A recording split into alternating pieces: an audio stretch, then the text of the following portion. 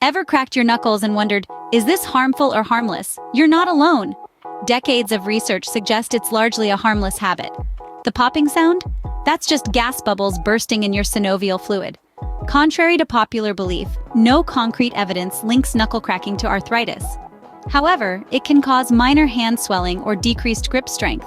So, while cracking your knuckles isn't necessarily dangerous, it might be best to keep it to a minimum. Remember, when in doubt, it's always worth checking with a medical professional. Stay informed, stay healthy,